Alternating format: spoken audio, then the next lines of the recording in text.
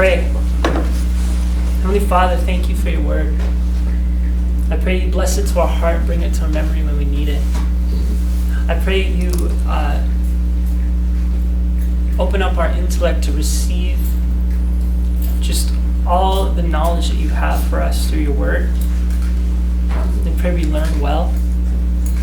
I pray you help us to create just mental shelf space to hold it all together, and but everything by your Spirit. Without your Spirit, all this is nothing.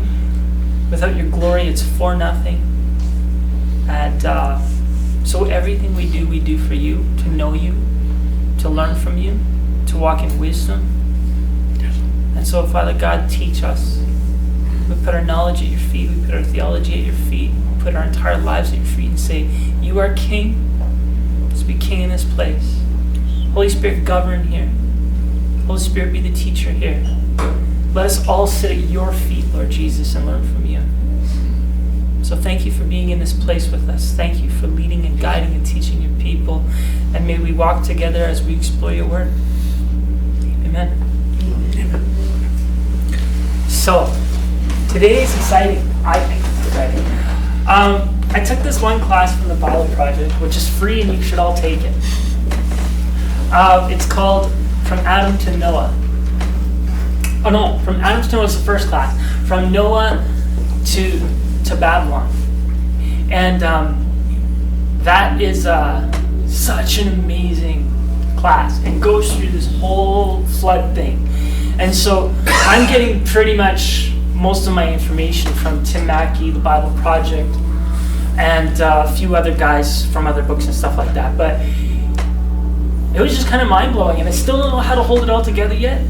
So I'm going to be creating mental shelf space for myself and for you guys as we just walk through this. So I'm no expert in this. I'm just going like, this is what I learned, and it's amazing. So that's it. That's what we got here today.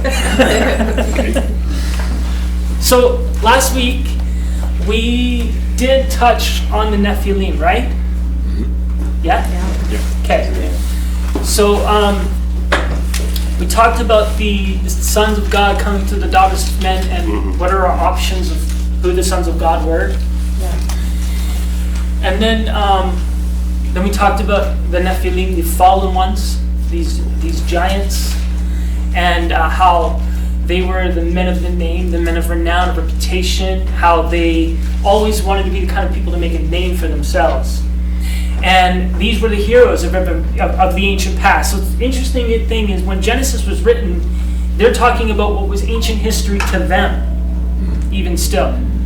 They're like, way back in the day, those Nephilim, those heroes of the past, those guys, yeah. So he's trying to make a reference to those great men of the past, the great heroes. And I lost track. Yes. They're called the Fallen Ones because it's this title of like Vikings would be like, they were known for their greatness in fighting and dying in battle. The Spartans, fighting and dying in battle was a great glory for them. Or if you could kill like a lion or do something of great, violent, effort, you were considered a great one.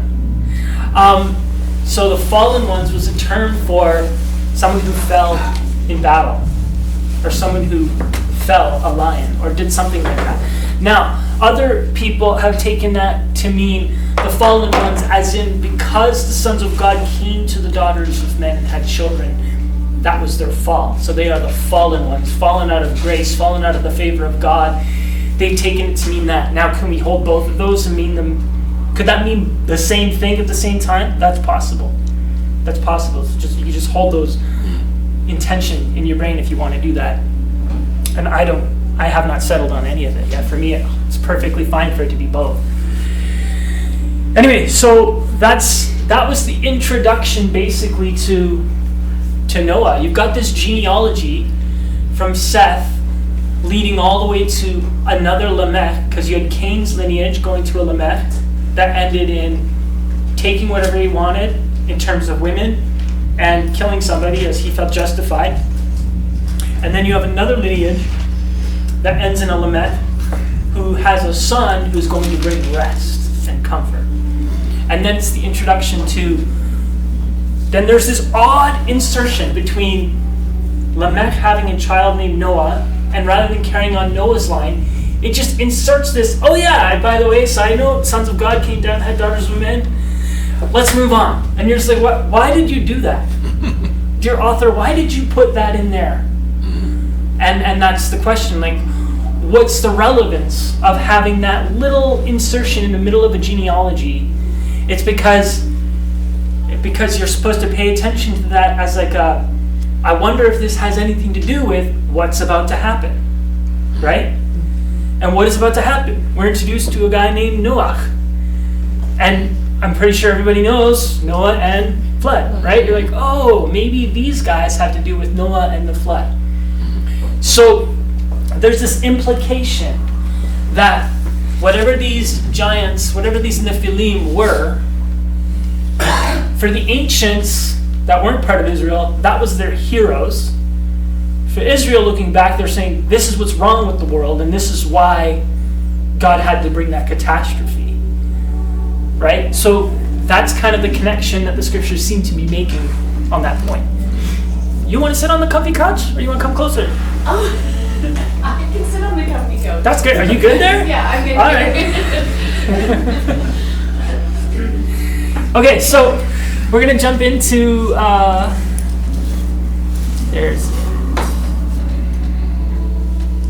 are we? Lamech, Noah. Okay, so I'm just going to quickly recap. And Yahweh said, after he's talking about the Nephilim. Where are you reading from? Oh, I don't know. Chapter 6? Let's say 6:1. No, is it 6:1? Yeah, it's 6:3. Chapter 6:3. Okay, thank you. We good? Yep. Okay. And Yahweh said, my spirit, my ruach, it will not abide, or not live with, or another way to say it is it will not contend with or fight with the human forever, because this one too is flesh. His days will be 120 years. Now, this is in reference to when the sons of God came to the daughters of men and had as many kids as they wanted. God is saying that this one, whatever this offspring was, is also flesh. Now his time will be 120 years. The implication here, if we follow the train of thought that these are like angelic beings having kids with children, the idea is the angels tried to restore eternal life to humans. They tried to make Eden on their own terms. They thought that human angelic offspring would be eternal, right? Physically eternal. That was the hope. And God says, no, this one too is flesh. In other words, mortal. It's also going to die. So, but the 120 years is thought of, the best argument I've come across is the time between this pronouncement and the flood. Your time will be 120 years before the flood, before this ends, rather than a lifespan, because the lifespans throughout the scriptures are never that, right? They're either less or they're more. It very much doesn't seem to line up with that. So the oldest interpretation that we've come across with is that it's the time before the flood. Anyway, so I'm going to skip ahead where it says, and Yahweh saw the multiplied extent of human evil on the land, and every inclination and the thoughts of his heart were evil every day. And Yahweh regretted that he made the human on the land, and it grieved his heart. And God said, I will erase the human whom I have created from the face of the land, from human to animal, low-crawling creature to flyers in the skies. I must bring comfort to myself that I have made them. But Noah, which means rest or comfort, found favor in God's eyes. So there's an interesting play here. God is saying that he's going to erase them. That's one. I just want you to put that word just in your head. This is the beginning of the narrative. I'm going to give you a spoiler alert why it's important. He says he's going to erase, and at the very end, Noah and his family are the only ones who remained. So like, It's just this flip. It closes the narrative. God's going on a race, Noah remains. But the word Noah in Hebrew means rest or comfort. And this word, or something that sounds like this word, is repeated again and again and again and again in Hebrew throughout this entire narrative. You'll hear just like, so it almost sounds like you're hearing the word rest or a play on the word rest over and over and over and over again. It's an interesting entire segment. It's like rest, rest, rest, rest, rest everywhere. And here's where it starts. God says, I'm grieved in my heart, and I have to bring rest or comfort to myself because of this grief. In other words, I need to console myself. I need to bring myself rest. This is distressing me, what people are doing on the land. I need to bring rest. And who shows up? Oh, I don't know, a guy named Rest. And Noah, which means rest or comfort, found favor in the eyes of Yahweh.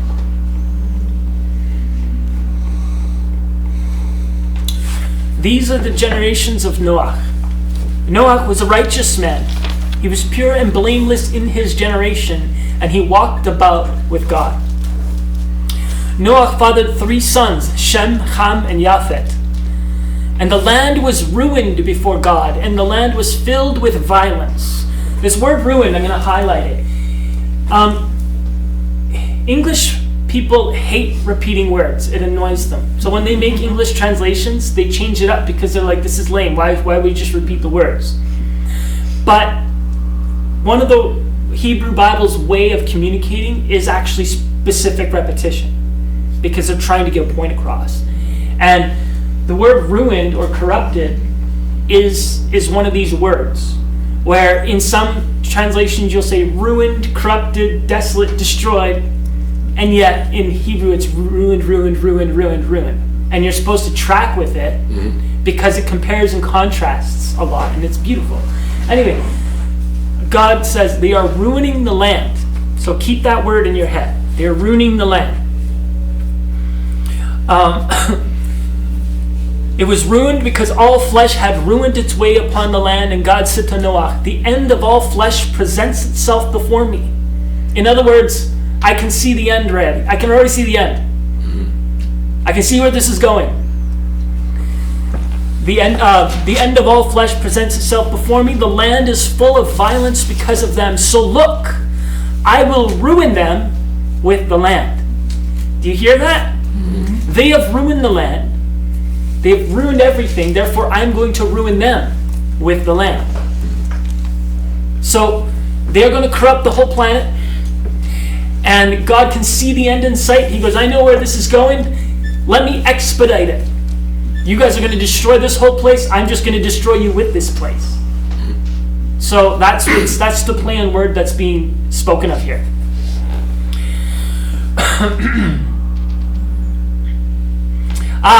So Noah, make for yourself a box of gopher wood and of reeds, and cover it interior and exterior with covering. What's happening here? The word in English we use is ark, right? And usually, like the big exhibit, the Ark Encounter, what do you see when they figure what the ark was? What is their picture of it? A boat. A great big boat. The word in Hebrew is teva, and it is an Egyptian loanword. And when I found this out, it was so cool. And yeah, teva, an Egyptian loanword. Every time they used it, it meant there was 3 ways of using that word. One is just a box, or it's a coffin. It's something they buried people in. Or it was this like mini shrine that they put their idol statues in. And they would float them down the river to all the different towns. So they put their little idol statues in this little floating box. Now, I believe this is like a play on words here. Now, hear me out. Build yourself a box, because I need you to get contained. Something's going down. You're going to be passing through death. You're going into your coffin. It's going to be as if you're dead. Like, not that you're going to actually die, but you're going to be passing through something that could very well kill you. So this is, in a sense, going to look like your death. And if we go back to Adam, and he created in God's Salem, his image, what does it mean for a human to be the image of God? Do we remember this? The word for image in Hebrew It's an idol. idol statue. So God made himself his own image, and he's taking this image and he's putting his image in a box and he's going to float him on something. I just think that's really a neat connection of what's happening in this moment. So God's like, I'm going to ruin all of this. Build a box. And so when we read ark, it's funny because the English word for ark actually means box. It just means a great big chest, like those like pirate treasure chests. It's like a great big chest. That's what the word means. But we've reused it and repurposed it so often that we think boat, right? Mm-hmm. The word ark in English doesn't mean boat, and in Hebrew doesn't mean boat. It means box. So, and it has very specific like box-like dimensions, right? I just find that fascinating. So next time you're reading that account, just say box to yourself, and it'll kind of, it might just offend your mind at first because it's so new, but just see what that does as you just read it and think of this like as a big floating box as opposed to a boat, right? Just, I find that fascinating. Karma!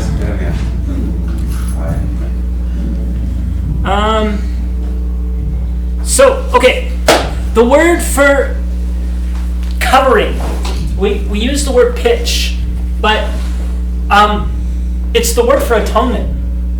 Kafar means to cover something, right? So God is like, atone it with atonement, cover it with covering, pitch it with pitch. Whatever word, it's this play. It's like, it's this doubling of the same word. In other words, take this stuff and put this stuff on this thing. And we don't know exactly what it was. He's just saying cover it. Cover it with whatever you're going to cover it with. So we just infer, oh, it must have been like a tar or a sap or something to hold it together. Yeah. Right? Make it waterproof. Make it waterproof. Make it waterproof. Right. That's exactly it. But I just find it interesting that he uses the same word that we use for atonement. That's fine.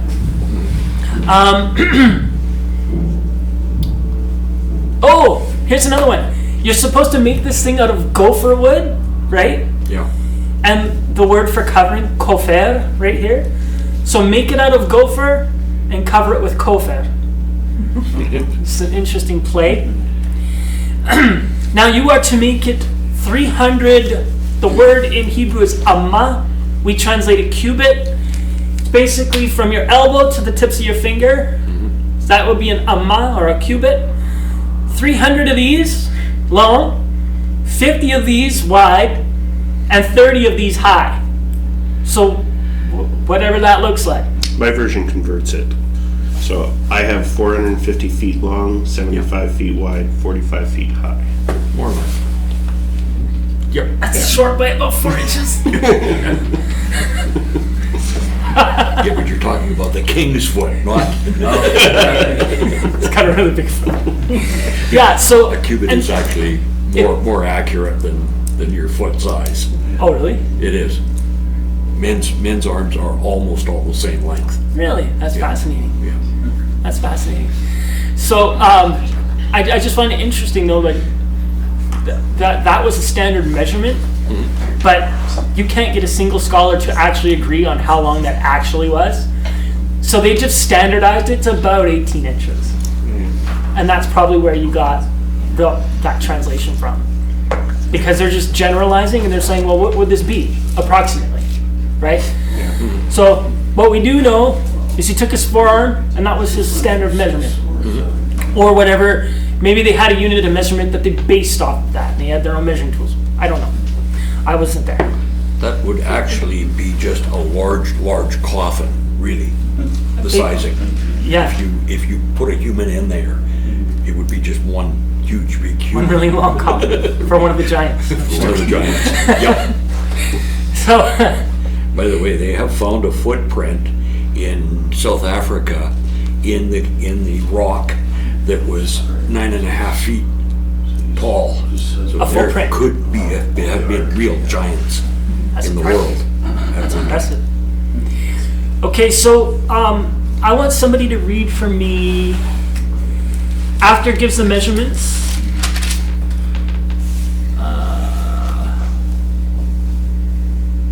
Where it says, I want you. Okay, so mine says, I want you to make a skylight that finishes 1 forearm length to the top and make a door in its side.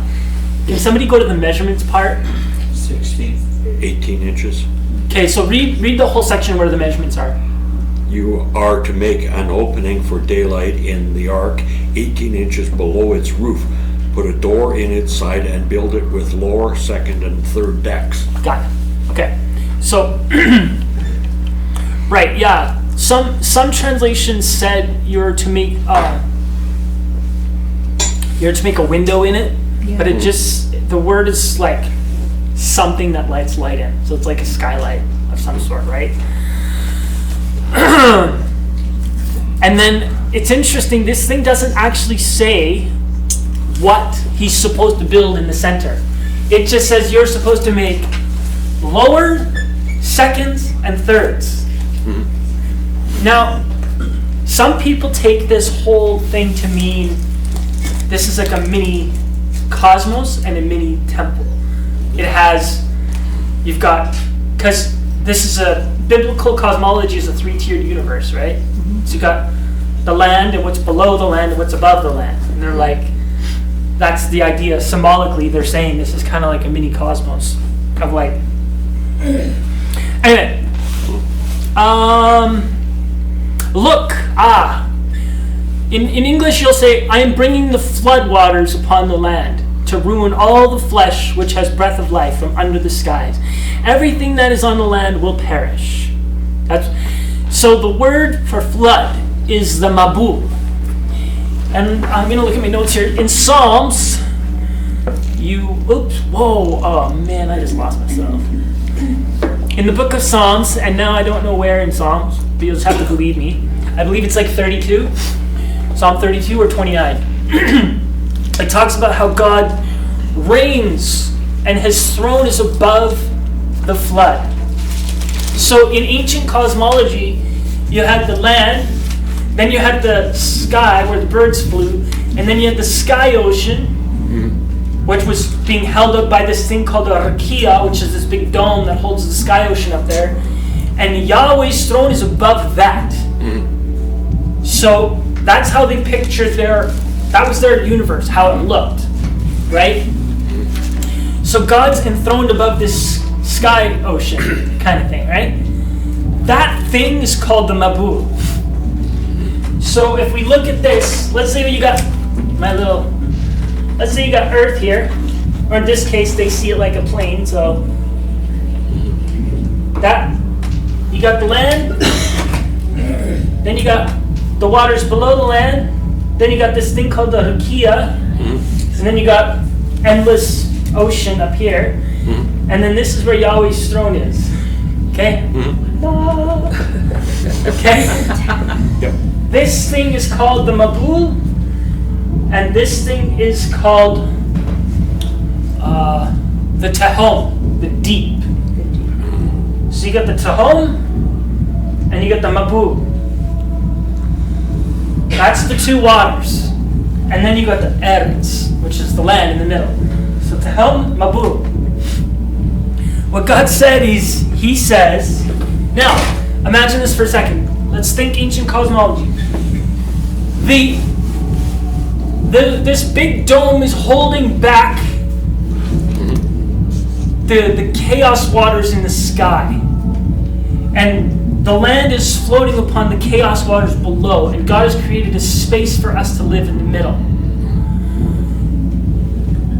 If you think that this is your entire cosmology, that what they call the waters we call like space, like what's about to be described isn't God flooding the land with water. He's collapsing the cosmos in on itself.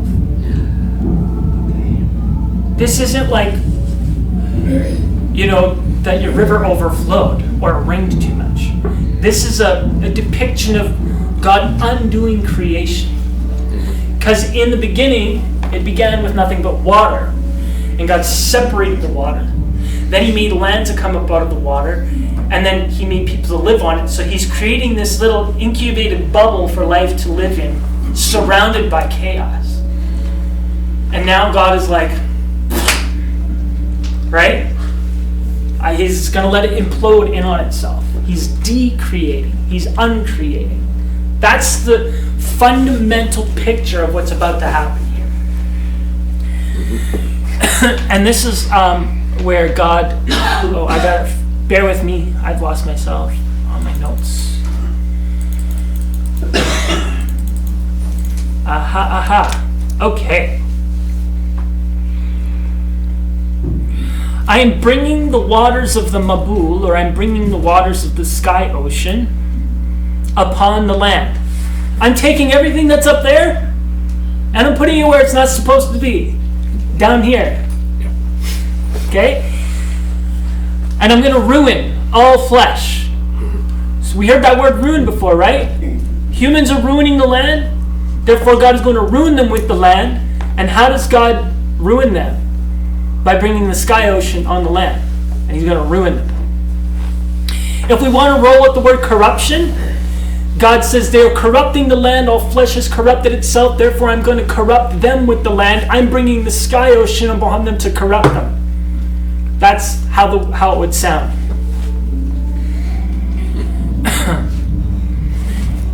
I'm going to ruin all flesh. Everything that has breath, everything on the land will perish. But I will establish my covenant with you, and you will come into the box, you and your wife and your sons and their wives along with you. And from every living thing of all flesh, 2 of every kind, male and female, you'll bring with you into the box to keep alive with you. From the birds according to its kind, and the animals according to its kind, the low-crawling creatures according to its kind, 2 of each will come to you to keep alive. Take for yourself all kinds of food that is to be eaten and collect it to feed yourselves and them. Noah acted according to everything God commanded him without fail. And Yahweh said to Noah, "Go, you and all your household into the box. For you I have seen as righteous before me in this generation." I'm going to pause there for a second. It already said that Noah was righteous in his generation. Why did it bother repeating that he was righteous before God? Why did God say, "Now I know that you're righteous"? Because he trusted him. He trusted, yeah. He trusted Yeah. by doing what? It literally has a line. He followed everything God said without fail. He did everything. He didn't question it. He didn't question it. He just acted. And he did it. And God said, "Yep." Right? Now you get to go. Another thing I want to point out. When you're reading this straight through, 1 to 11, it cruises really fast, hits here, and the narrative slows down with the amount of repetition, right? Most of us modern readers get annoyed with that, and I'll admit I get annoyed with it too. I'm like, why do you have to do this? So boring. You said this already 50 times. But it's forcing you to slow down because it's trying to get you to stop there and ponder what's happening. It's when the narrative slows down by repetition and by doing that, it wants you to like camp out in this section for a while, because then your mind is just always on the ark and what's happening in the ark and the procession and the order, which is where somebody also said that this is a picture of the temple, not only because it's a mini shrine, the word teva, but there's so much order and procession going on. You first, and then you walk 2 by 2. It's like this ordered procession. It is so ordered. What's about to happen all around it? Chaos. Right? Chaos. There's these little things you just pick up as you go on, right? So he's told to go into the box. He's seen as righteous. Now from every clean animal, you're to set aside extra for yourself, 7 of each, 7 male and female. Of every unclean animal, 2 of each, male and female. Also of the birds of the skies, 7 each, 7 male, 7 female, to keep seed alive upon the face of the land. For in 7 days' time I am sending rain upon the land for 40 days and 40 nights. And I will blot out everything that exists, or I will erase everything that exists that I have made from the face of the ground. And Noah acted according to all that Yahweh had commanded. And Noah was 600 years old when the waters of the sky ocean were upon the land. Noah went into the ark along with his sons, with his wife's sons, away from the face of the waters of the flood. As God had commanded Noah, from every clean and unclean animal, from every bird, from every low crawler on the ground, 2 of each, male and female, approached Noah to enter the box. And within 7 days, the waters of the sky ocean were upon the land. In the 600th year of Noah's life, on the 2nd month, the 17 days into that month, on that day, all the springs of the deep chaos waters, the Tehom, the springs of the Tehom broke open, greatly ripped open, and the windows of the skies were greatly ripped open, and rain was upon the land 40 days and 40 nights. So how this is cosmic collapse is because God is making a way for all this stuff to let loose in on itself. Yep. Right? There's just fishes crack open, the Tehom, or the Rakia rips open, and it just collapses in on itself. So that's the picture here. Cosmic collapse. What do you think that would have looked like? Pardon? What do you think that would have looked like? Well, no, isn't that the question? Sorry, I'm up and down. It's like a Catholic service here. So, this is where the debate gets interesting about this whole, is it literal, not literal? Was it a global flood? What is a local flood? How did this actually happen? The problem is when you're thinking of it in terms of just like a flood, we can ask those questions because they're meaningful.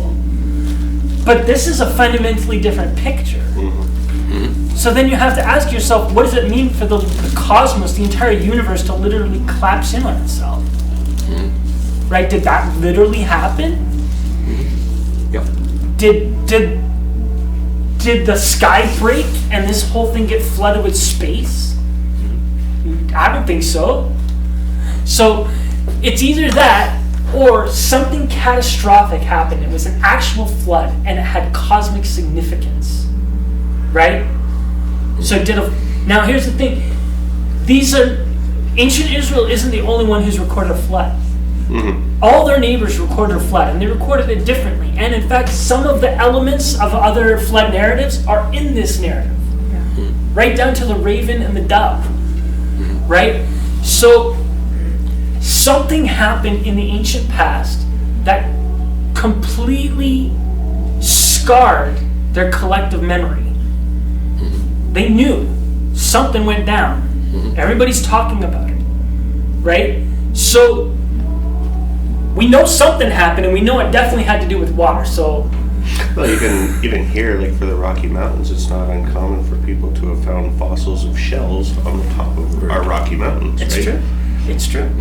British Yeah, and- ships up on the top. Yeah. And that's a tough one for me because I've read both sides. I've read people like it has to be a global flood for all these reasons, and then these other guys say, yeah, but everything you say doesn't work here or here or here or here, and so there's just this. It's a back and forth, and I'm personally just undecided. I think something happened that everybody knew about, so that sounds pretty universal to me. Now the other thing is the scriptures, as they paint the picture, humans didn't go far. We like to be stuck in one spot. It's going to come pretty soon. The Tower of Babel, they specifically said, we don't want to go anywhere. So, as far as flood's concerned, if you just want to wipe out humans, it's not necessary that you have to cover the whole planet. You just take them out. But Right? there's also the theory that all the continents were at one time one, right? So Yeah. it was one landmass, one area. This is true. So there's so many. It's one of those things where everybody's just got to make up their own mind. Yeah. I'm just going, what, and I don't know, I haven't settled on it. I haven't settled on it at all. What I do know is I can't deny that an event happened. And if you don't have enough evidence that an event happened, keep looking. Like, time will tell. And maybe it won't. Maybe it'll forever be a mystery. But when you have every single ancient culture writing about a great flood, there must have been a great flood. Yeah. Now, you had the Assyrians who said it was, they didn't say it was global, they said it wiped out the whole valley. Okay, well there's that. You had other people who said it was global. There's one that, a Japanese version of it, it was global. The Bible's version seems to be global. Others was local. And so even the ancient accounts didn't agree, right? And so if I'm going to go, well, what was like the video camera footage? I'm like, I don't think the Bible's giving you video camera footage. It's giving you the significance of what happened, right? What is the significance? Whatever did happen was a cosmic collapse. It was something that had significance for heaven and for earth. So thinking about that, so like I've always wondered, like, well, what happened to all the sea creatures? Because obviously we don't have, the mosasaur and stuff like that, as far as we know, anyways, in our oceans, right? So, and it says that everything with breath in it died. Right. Yeah. So the fish should have been fine. You think so? In fact, they'd have lots to eat. Right? Woo, feast day.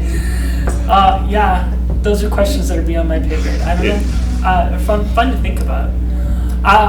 My version says, everything that breathed and lived upon dry land perished. Yeah. Yeah. Yeah. The thing is, if you had all that water above the earth and it all of a sudden came down all in one, it would crush everything Yep. and everyone that was below it. Yep. If you think, because of the weight of all that water, Yeah. That it be would just messy. crush you. Yeah. But it does say it came down in the form of rain. So But rain can be really hard. it can. So did it come down in like big sheets and torrents? Or just a lot of heavy rain? I don't know. But I'm like, it's not just what's coming from above you. It says the ground ripped open. And like water just shot into the sky like a geyser. So it was a messy time. Yeah. Right? There was no escaping it, whatever it was. And I like to be ambiguous about it because I don't know. I'm not going to pretend to know, and I'm not going to make any major pronouncements. I'm just carefully looking at what I'm seeing in the text and saying, this is fascinating, it's worth thinking about. And that's fascinating, and it's worth thinking about. And that's just where for me at this point in my life, draw the line. And if there was like my friends would try, I have some friends who are very literal in the sense of like, it was exactly 6,000 years and it was a literal global flood and they want to argue with me. I'm like, I just don't feel like arguing, my friend. I just don't care. I don't care. Because how does that affect the fact that humans are still dealing with sin? How does it affect the fact that God wants to redeem the human heart? How does it affect the fact that Jesus died and rose from the dead and brings us through death into life? Oh, and just like how Peter picked up on this and said, hey, this is a symbol of baptism, by the way. Mm-hmm. How could he say that? Because he understood that they went into a coffin and they went through the waters and they came out the other end. Like, that's how he saw significance in it. I was like, well, that's fascinating. I think I'm going to just roll with that. Then that's just where I'm at. Because I don't know anything else. That's it. So there's me. If that's helpful, great. If not, sorry. Anyway, so where are we now? Damien. Like, so, Come on, yeah, I see like. speak loud. Okay. Yell at so, me. I'll come to you. Yeah, it's way. So I see like repeated word like 7. What is the significance? The number 7 to God. So he's giving him particular number. So what is the significance of it? Right. 7.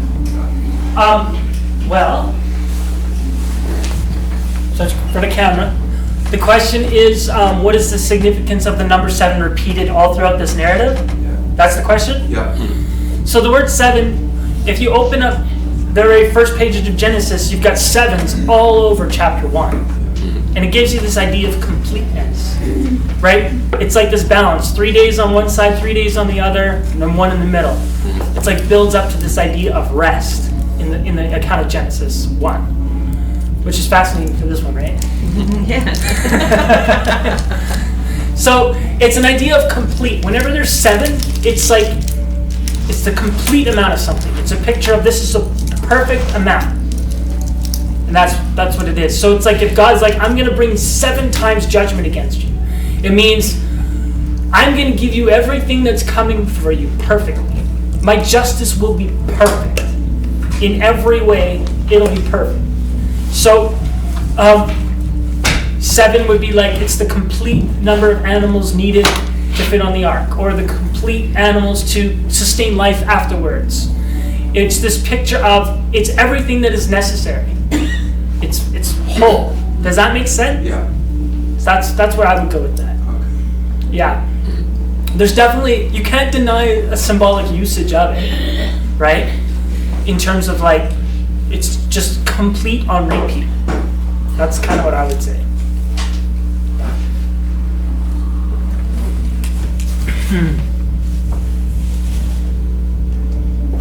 Where are we, guys? The Tehom greatly ripped open, sky waters crashed down, and rain was on the land 40 days and 40 nights. Cutting it close to the bone, on the day this happened is when they entered the box. Noach, along with Shem, Ham, and Yafet, Noach's sons, and Noach's wife, along with his 3 wives' sons. Wait. 3 wives of his sons. Of every beast according to its kind, all livestock according to its kind, of every low-crawling creature that crawls on the land according to its kind, of every flyer according to its kind, every winged creature of every kind of wing. And they went to Noach into the box, 2 of each, male and female, from all flesh, in which was breath of the breath of life, entered as God commanded him. And Yahweh closed behind him. And the sky ocean was 40 days and 40 nights on the land, and the waters increased, and they carried the box, and it rose above the land, and the waters were strong. They were gibur upon the land. And they increased greatly on the land, and the box walked on the face of the waters. And the waters were very, very strong on the land until they covered all the highest hills or mountains, which were under the skies. Up to 15 forearm lengths from above the hills and mountains were the waters strong. And they were covering all the hills and mountains.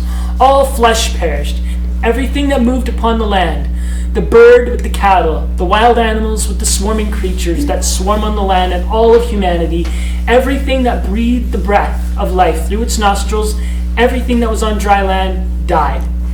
And he erased everything that exists from the face of the ground, from human to animal, low-crawling creature to birds of the skies, erased from the land. Only Noah remained, and those who were with him in the box. And the waters were strong on the land 150 days. How are we doing? Good.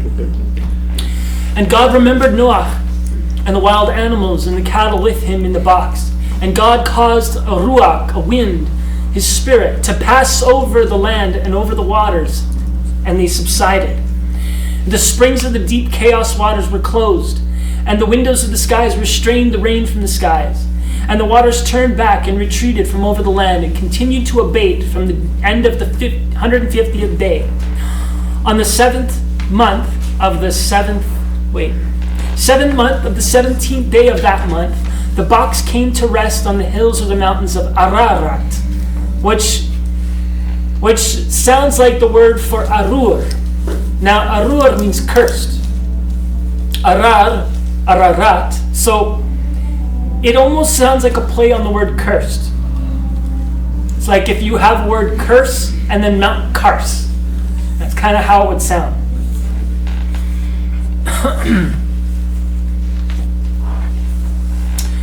The waters continued to retreat until the 10th month of the first day of the 10th month. The tops of the hills were seen. At the end of the 40 days, Noach opened the windows of the box which he had made.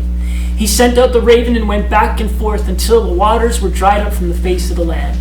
Then he sent out a dove to see if the water subsided from the face of the ground.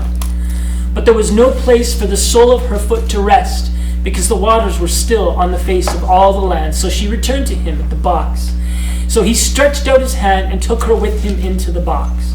He waited another 7 days and sent the dove out again from the box. She returned to him evening time, and look, a fresh olive leaf was in her mouth. And Noach knew the waters had subsided from the land. And he waited again 7 days. And again he sent out the dove, but this time she did not return. So the question to ask is, why, if he sees the land is dry, why is he still waiting? Why is he waiting and waiting and waiting? For the box to park. For what? For the box to park somewhere. It has been. It landed on Mount Kars, right? It's been there while all the waters have been subsiding. And it says that the ground is getting dry, but he's still in the ark. Because God hasn't released him. Yeah. Who said that? What did you say? God hasn't released He him. was waiting on the command of the Lord. And guess who shut him in the ark? God. Was there a latch? I don't know. Maybe he couldn't get out. Maybe God nailed him in. Yeah, you're right. He was waiting for the command of the Lord. He was waiting for the command of the Lord, which completes his righteousness. Right? In the 600th year, on the first day of the month, the waters dried from the land, and Noach removed the covering from the box and looked the face of the way. Am I? No, I'm right. Okay.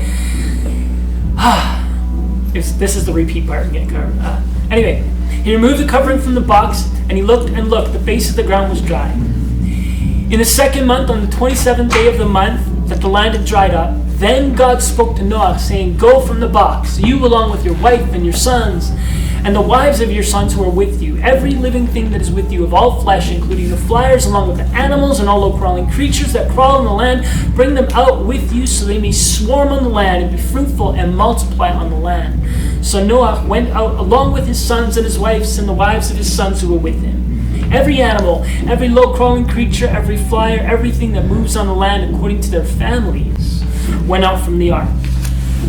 Then Rest, built an altar to Yahweh, and he took some from every clean animal and some from every clean flyer, and he caused them to go up in smoke as an offering on the altar. When Yahweh smelled the aroma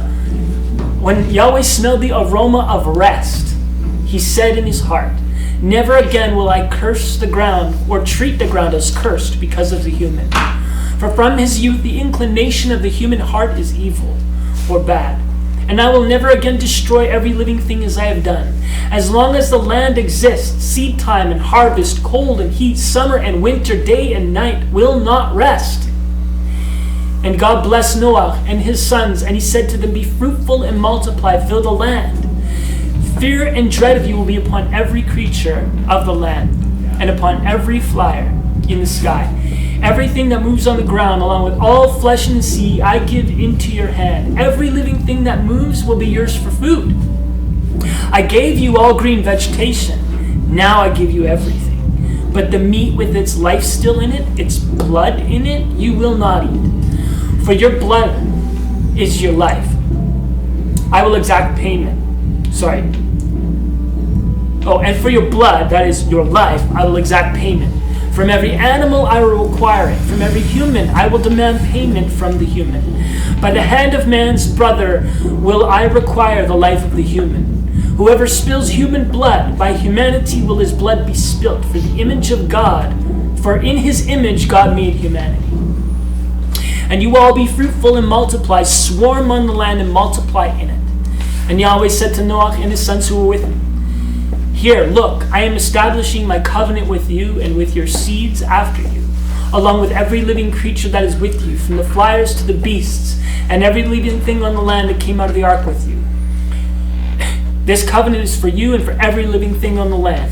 I establish my covenant with you that I will never again cut off all flesh from the waters Never again will all flesh be cut off from the waters of the sky ocean.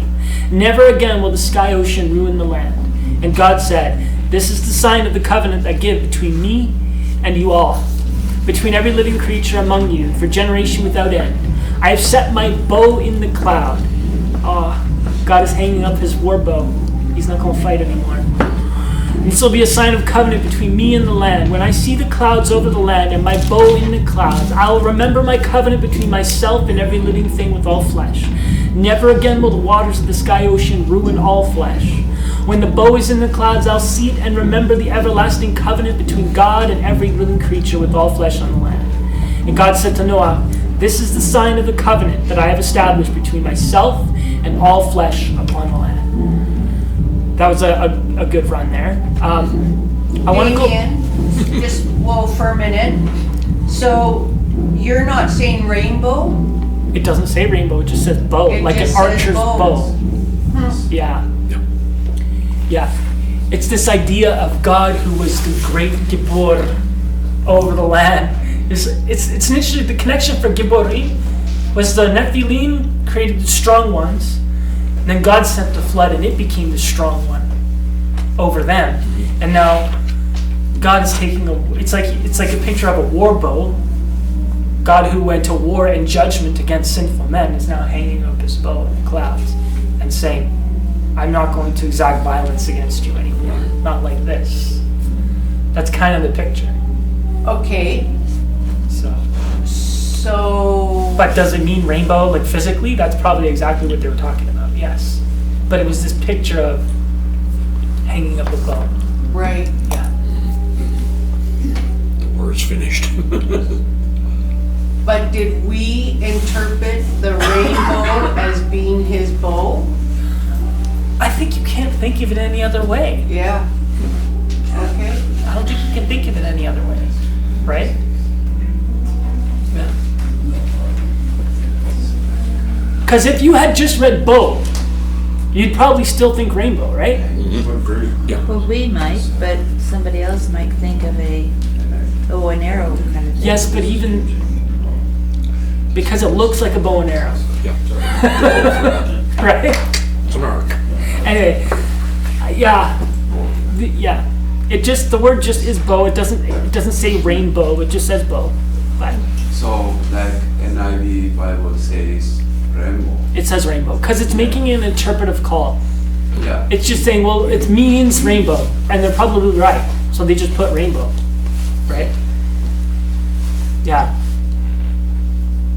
Now, what I want to come back to is the sacrifice that Noah made, and Yeah, so David, before you proceed, like what is the bottom line of this covenant now is like he is promising to humankind, I will never Do it again. judge the human being, and I just put this sign as my covenant rainbow. yeah, That shows me mercy. it's definitely mercy. Yeah, mercy. So that's the point. Yeah. It's not that God will never judge humans again. He's never going to decreate the world in order to judge them, right? That's how I'm not going to allow cosmic collapse again, or use water, like, yeah, no more global flood. However, he's not going to do it that way, right? Hey Damien, what version are you reading from? It's my own translation. Oh. Yeah. Oh, Yeah. Didn't I send you a copy of it? I'm pretty sure. oh, yeah, I got it. So yours is right translation. He said oh, so yes, it's okay. Some translation is Yeah, is Yeah. So, okay, where are we? Noah went out from the ark with the sons of the animal. 18. Oh, okay, no, we're still good time.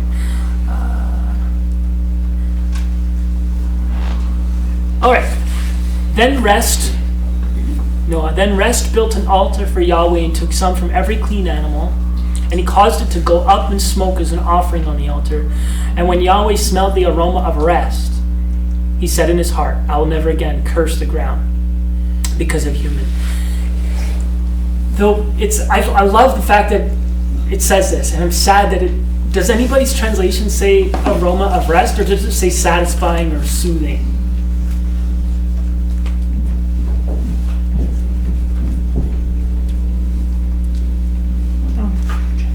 Mine says soothing aroma. Right. So the word in Hebrew is Noah's name. It basically what it sounded like, and God smelt Noah. Like Naham. He smelt the Naham, and it brought rest to his heart. Right. So rest offered a restful aroma to the Lord. And then God said, I'm not going to curse humanity. Now, why did God initially bring the flood? Because man had cursed the ground. Well, it had wrecked the ground. He ruined Yeah, it. he ruined the land. And it had become cursed. He cursed it before in Adam's time. Correct. He shed So we've blood got, on the we've ground. got that That's curse, and we really have the what it is. ruin. It's sad, we saddened him. He It saddened him. regretted- You're getting closer. It's in that regretted section. making- Yeah. Which part saddened him? The part that grieved his heart was because the inclination of the human heart was on evil all the time. Yeah. And so he brought the flood. Now the reason he brought the flood is now the reason he won't bring the flood. I will never do this again, because the inclination of the human heart is always bad. So here's what's being painted. Nothing changed. If God chooses this route, which is fully within his right to do, if he chooses this route, he's wiping humanity off the face of the planet every couple thousand years. If he takes this route, and he has a right to do it, you guys, I'll give you another chance. A couple thousand years goes by, again. New Noah, right? He's got, or he can choose to do something else. He goes, okay, well, the human heart is perpetually going to go this way at this time. We got to find another way. So he chooses mercy, and he chooses to work with people, even in their state that he knows full well that the inclination of the human heart is always inclined to do the bad. Okay? How is that significant to you? That's super significant to me. Well, the way he wins is gonna change the heart. Isn't that it? Welcome to the saga of the Bible, right? That's lovely. Good one. I like it. Where are we at here?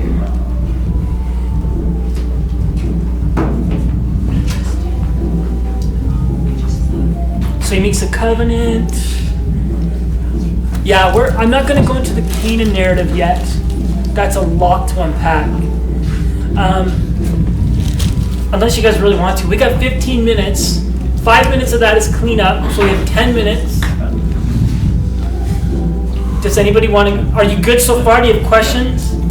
I have something just interesting. So in my version, in the notes, when it comes to the ark, and when it comes to, wait, I'll deal with the ark. Anyways, the little notation says the meaning of the Hebrew for this word is uncertain. Interesting. Yeah. Interesting. And it says that also for make a roof for it. Yeah, the roof. That was the skylight versus Yes. roof. I Yeah. looked up the word. I'm not going to do it right now, but in almost every time it's used, it's talking about like something to let light in, and only in that one spot did they put roof. And so then you have to ask your question: why did the translator choose that? And they're probably making an inference. Well, this thing doesn't have a roof yet, so maybe it means roof. And they're like, even though it means like skylight everywhere else, must skylights go into the roof? So maybe it means roof. And that's my hint. And I'm not an expert, but that's just my hint, is why they would do that.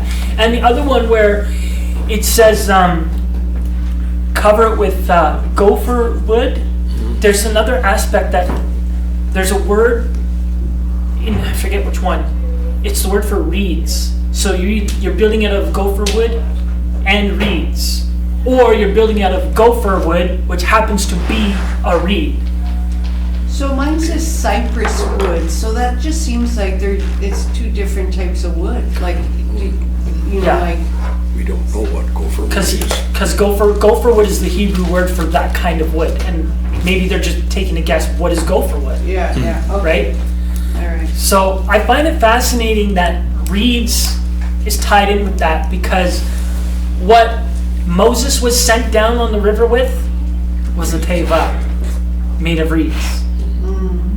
So the other time that it's mentioned is Noah's ark, and then you have Moses' ark. Nobody calls his an ark, they call it a little basket, but it's the same word. Oh, It's Moses' ark. Then if you go and look at the Ark of the Covenant, and it's made out of gold, Right. with cypress wood inside, it's basically the reverse of what Noah had. Yes, except the only problem with that connection is Crazy. the Ark of the Covenant in English is the same word, but in Hebrew is Aharon. It's a different word. So I wish it was the same, because that would be awesome, but it's not the same. Yeah. But I thought that too.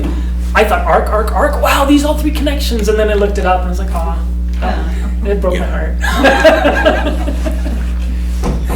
But yeah, it's that one is also box. The word Aaron is a box. But it's the same implication, right?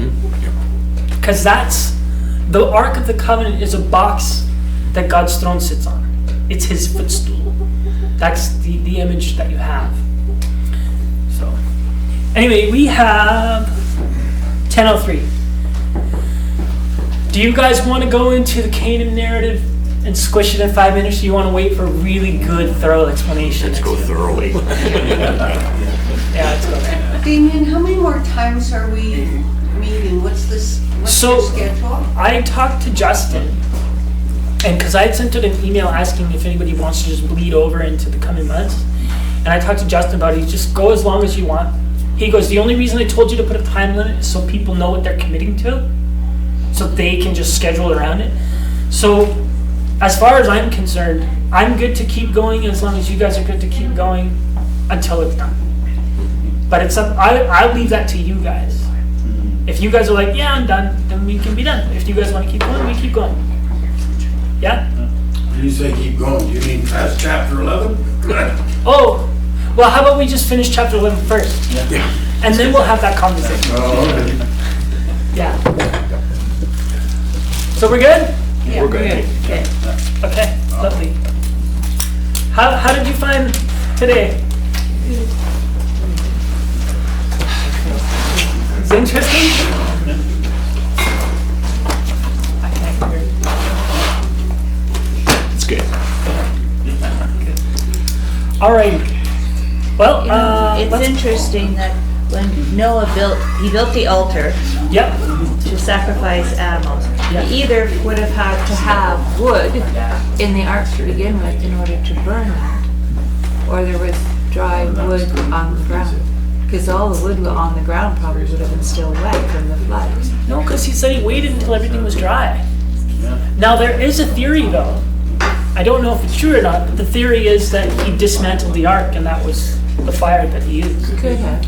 So, Well, if it had pitch on it, it would burn really well. yeah. So that is a theory, and it's totally reasonable, right? That you just set the boat on fire. Box. Well, the thing is, it makes sense. Or part of it. I mean, that would be one heck of a fire if you burned the whole. So then that means everybody should stop looking for it. Yeah, it's true. If it's true that he did that. Yeah. Yeah. So what I valued the most about this particular way of reading it is it just showed that God is so meticulously in control of his cosmic order, and that it is nothing but his sheer will and mercy that just sustains everything. And if he wants to, all he has to do is just back up a little bit and let it all just collapse in. Yeah. And his mercy, like it says, as long as the land exists, seed time, harvest, cold, and heat. All of that, everyday life, what you call natural law and natural order, is because God exists and God cares. And he allows. And he allows. Like, so for me, that's the significance of it. It's like your everyday normal life is a gift. Because, yeah, and that's just super important to me. And I love it. It would just collapse into nothing. Everything would collapse into nothing. It would. Totally. Exactly what was there to start with. Exactly. There was nothing and then Exactly. Yeah. What do you think it means with the difference of the birds? First the raven, then the dove. There's got to be something more there, because it wouldn't be like threw the raven out and then the raven didn't come back or find dry land, so he was like, oh, I'll choose a different bird that wasn't the right one. There's got to be more behind that. There probably is, and I don't know fully what it is yet. What I do know is that exact scenario is in the Gilgamesh epic, where he sends out a raven and it doesn't come back, and then he sends out a dove. First Nations people also have a flood narrative. They use a raven. They use a raven. And like the raven use a and the canoe, dove is though. used in other parts of the Bible, because the raven fed Elijah, and then also the Holy Spirit descended down like a dove, right? So there's more imagery in the Bible of the raven. Unfortunately, the First Nations version, they know it well. They just had a canoe. They didn't have a The Great Canoe. the great canoe.